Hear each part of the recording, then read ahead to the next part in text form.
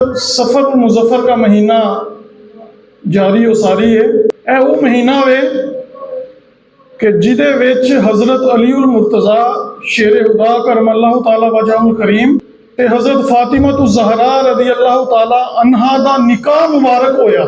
इहदे विच साडे लई की सिखण लई है कि अगर असीं सफ़र दे विच निकाह नहीं करना तो कम अज़ कम इहनूं मनहूस ते ना समझिए। सफ़र दे विच निकाह किया, शादी की तो इंज हो जाएगा, इंज हो जाएगा, इंज हो जाएगा। नहीं करनी तो अलहदा गल है, लेकिन अल्लाह पाक ने जिहड़ा मुबारक महीना सानू सफ़र का अता किया वे, तो जिस महीने दे विच उस बंदे की शादी हुई है जिन्हों सरकार अलैहिस्सलाम ने फरमाया कि मैं इल्म का शहर हाँ, तो यह इल्म के शहर का दरवाजा है हज़रत अली उल मुर्तज़ा।